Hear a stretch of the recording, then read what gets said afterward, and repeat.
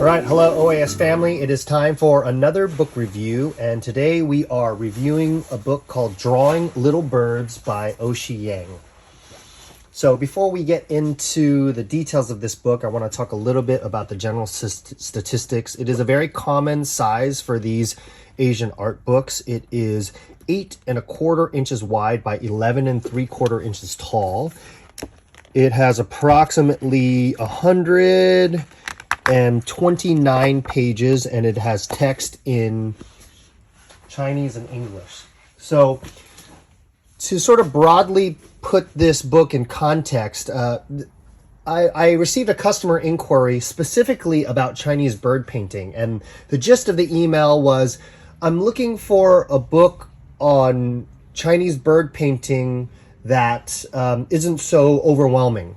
So rather than O-shi Yang's other book that's specifically on bird painting, which is called 100 Birds, he said, rather than 100 birds, I'm looking for a handful, maybe 10, and I'm interested in colorful, small birds.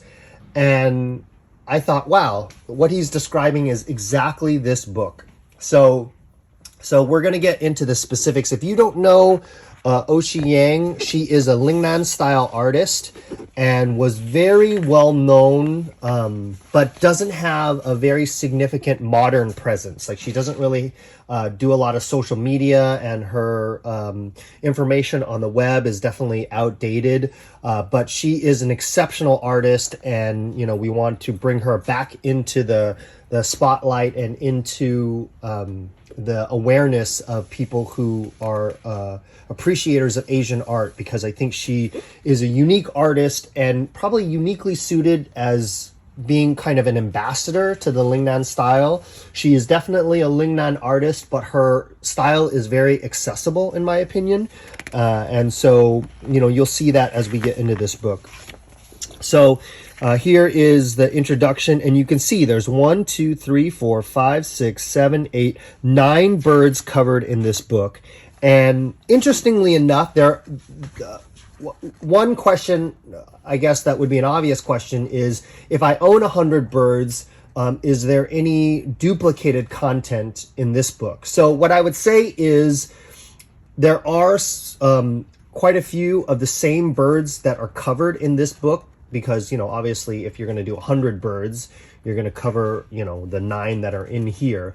But all the artwork is unique to this book, and you will see as we get into the subject, into each subject, the depth of instruction and the amount of poses and the amount of sequential breakdown is much more in depth. So she does take advantage of the fact that she narrows her focus in this book, and in each subject that you see, she's giving you a much deeper dive into the specifics of that bird. And this is a really great thing for people who are interested in bird painting, because I think Chinese bird painting is such a wonderful, just like anything else in nature, there's just endless amounts of variety and beauty and charm. But I think it's a little intimidating because of the delicate features, like beaks and eyes and legs, these types of things, people get intimidated by. But you can see here, there'll be a breakdown, as we get into each subject, and this book makes it quite accessible. So here is the artist biography. On the left side here is in Chinese, and here is the translation here in English. And then we get into our first bird, which is a sparrow. So you can see here we have an overview on the left-hand side, one in the elaborate or fine line style, and then one in ink, and then one in sort of a spontaneous style using color. And we have different postures of the bird in flight here. So that is nice. And then we have branch grasping. So this is also a very common pose for depicting this bird. And then here we get into our first sequential breakdown. So you can see here, this is quite detailed. There's a lot of these sequential steps for these different poses, and she breaks down more than one pose. So that's a very nice bit of instruction here. And then she goes into varied postures for perching over here, and then another sequential breakdown for some of the positions that are featured here. Two of these sequential breakdowns. One where you see the bird looking off to the left here, and then one where you see this posture where the bird is sort of turning its head and then sort of grooming itself with its or scratching itself with one of its legs. Really delightful pose here that shows a lot of character and is done in a relatively minimal amount of strokes. So really nice bit of instruction here.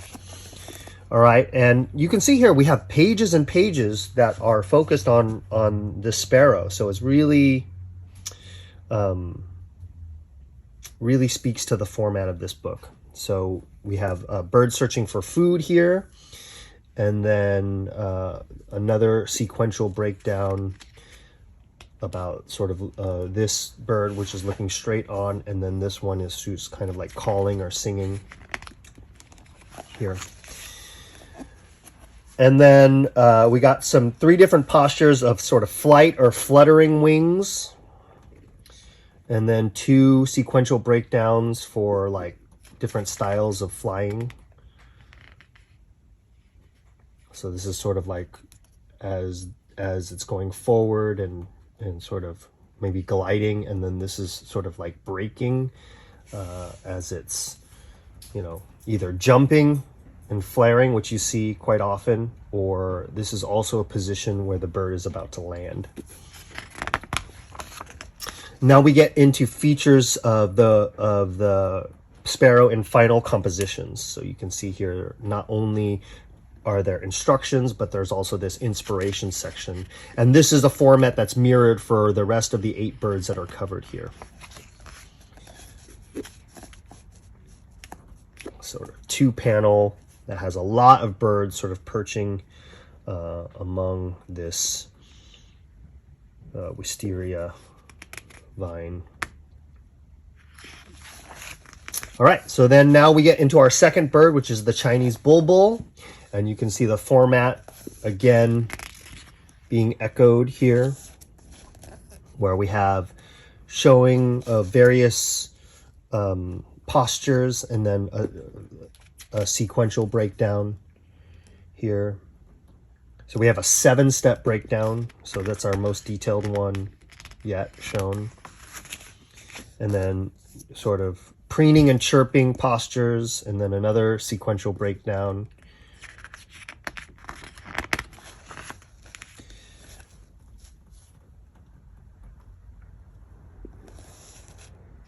Another similar section showing various postures and breakdown of depicting the bird in flight. Some more branch grasping postures and a sequential breakdown of the bird spreading its wings. And then we have the final composition, sort of inspiration gallery. We have sort of a freer boneless style here, and then one featuring a more outlined style here. And a couple more, again featuring sort of iconic accompaniments. Have like wisteria over here and peony here. And then we get into the oriole. Delightful colors on this bird, sort of like yellow, vermilion, very striking colors here. And then we have this kind of masked head or eye area. So postures in profile and sequential breakdown, branch grasping with a sequential breakdown, and then 4 different representations here, and the sequential breakdown of the bird sort of fluttering its wings. Very nice detailed build-up of the head here. So you can see very clearly the strokes that are used to make the eye and the beak, and then finishing up with the head there. We have 4 different postures in flight on here, and then a sequential breakdown of one of the postures on the right hand side, and then the inspiration gallery. So we have, again, this left hand side, sort of a wisteria feature, and then pomegranate and bamboo. I like to think about developing these subjects almost like, you know, if you're sort of like running a theater company, you know, and like once you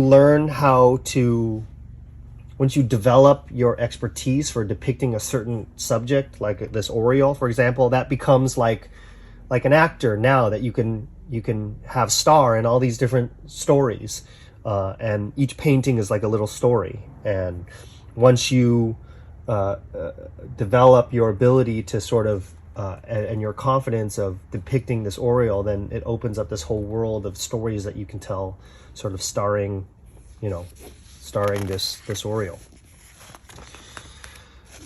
So this is the Greythroated Minivet, another wonderfully colored bird. We're incorporating some green into the plumage this time, and you can see here another songbird that's sort of full of character and color. And then we're seeing this same format here. And we're noticing that different colorations. This one has a pretty significant visual difference between males and females. So they're showing here and specifically specifying that this is male coloration. And if you don't know about the animal kingdom, typically the males are the brighter species, or the brighter gender in animals in general. So here's some branch grasping, and then here's 3/4 view of the more of the female. So you can see both males and females are depicted here in this section. We have side by side, and then here's a sequential breakdown of the female. Okay, so this is 3 other postures and another sequential breakdown, this time of the male coloration. And then 4 postures here and another sequential breakdown of the female coloration. And then we're into our inspiration gallery here. So you can see this wonderful pair of birds, male and female, co-starring in these beautiful stories that are being told in these paintings. Okay, so we're getting into wide eye. So another bird here that we're featuring sort of elements of green in the plumage. So different postures here shown, sort of these open-winged postures.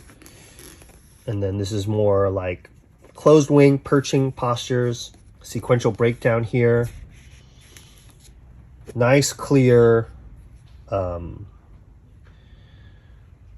8-step breakdown or 9-step breakdown.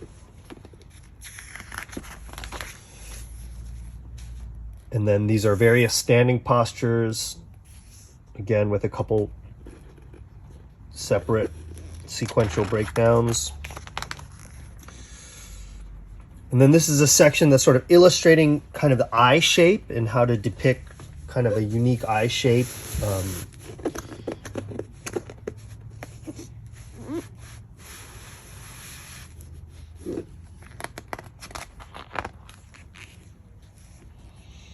And then this is various representations of perching. And then this is inspiration gallery here. We have this bird set against these fall colored leaves. And then here where the bird is depicted in a more elaborate style.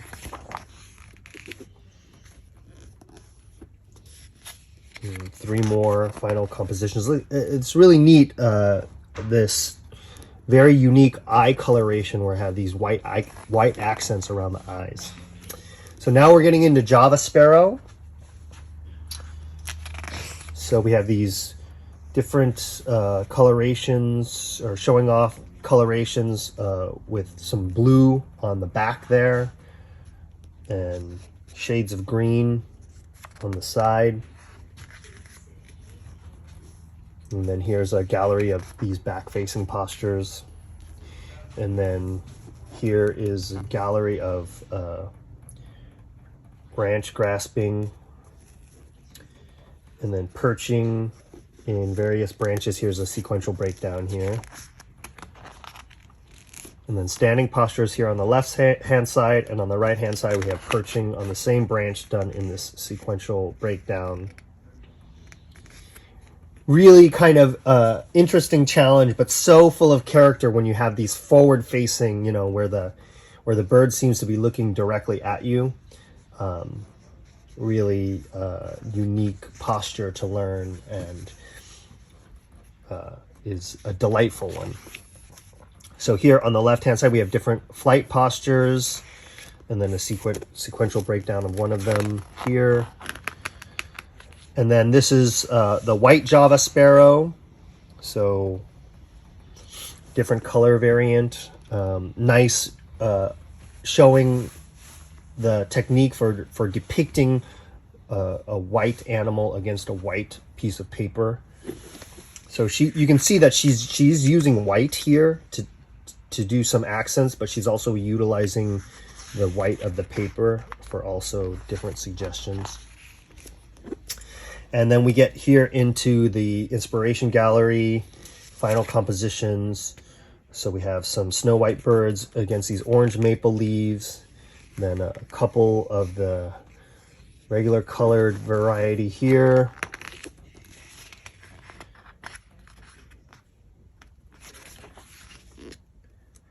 And we're getting into our another bird here, which is the Formosan Yuhina. So like a lot of artists that were in this generation, these sort of artists that were sort of at the peak of their popularity was kind of like the 80s, 90s, and early 2000s. A lot of them had this background of being born in mainland China, but spending significant times in either Hong Kong or Taiwan. And so you can see some of the birds that she's chosen are ones that can commonly be found in Taiwan. So this is the Formosan Yuhina. So we have this different postures here that are showing off that the distinctive crown of the bird here on the right hand side, and then different postures over here in bamboo, and then sequential breakdowns here. A couple different ones. This one done in 6 stages, and then this one done, the simpler one, done in 3 stages. And then here are different postures of the birds amongst perching on branches and flowers. Then we have a couple sequential breakdowns here, both in 4 stages of this version of the bird looking to the right, and then this one sort of turning and looking to the left. Different postures here of perching, and a couple sequential breakdowns on the right hand side. Different postures of flight, and then into the inspiration gallery here.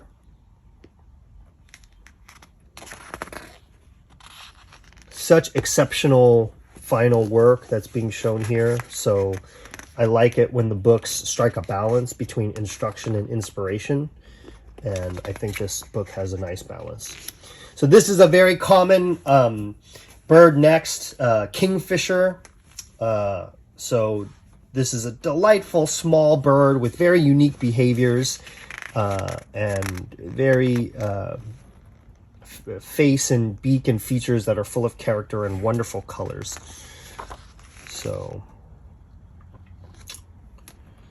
we have here on the left hand side various postures, sequential breakdown here on the right.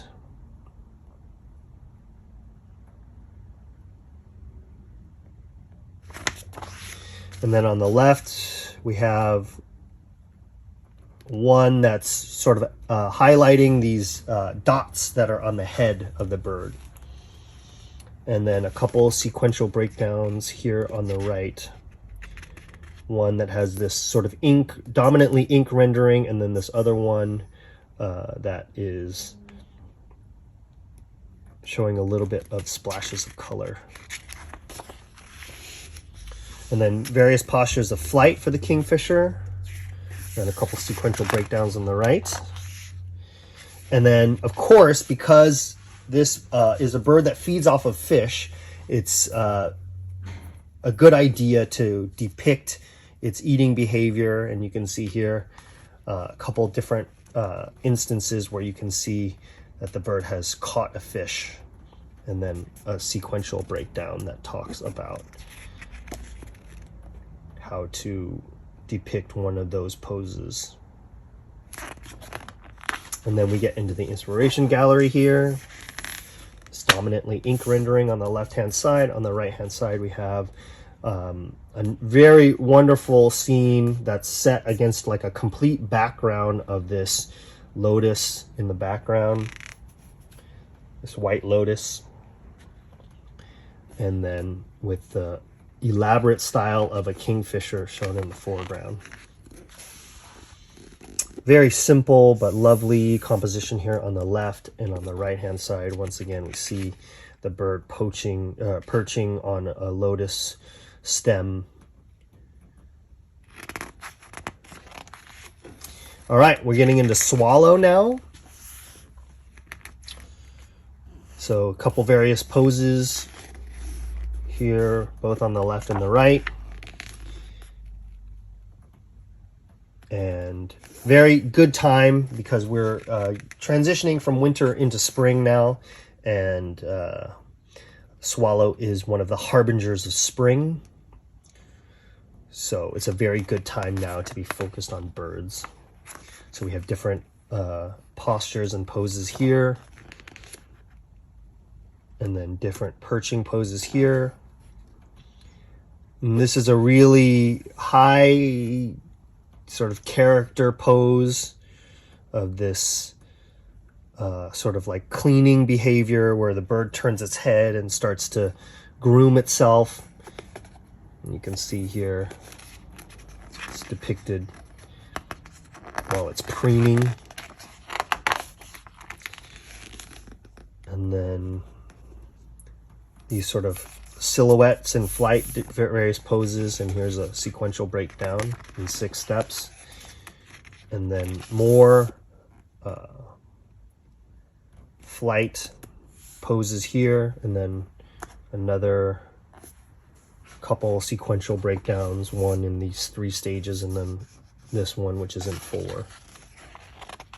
And then we close with the inspiration gallery for these this swallow. We have a spontaneous style here and a similar composition done with a more elaborate outline style.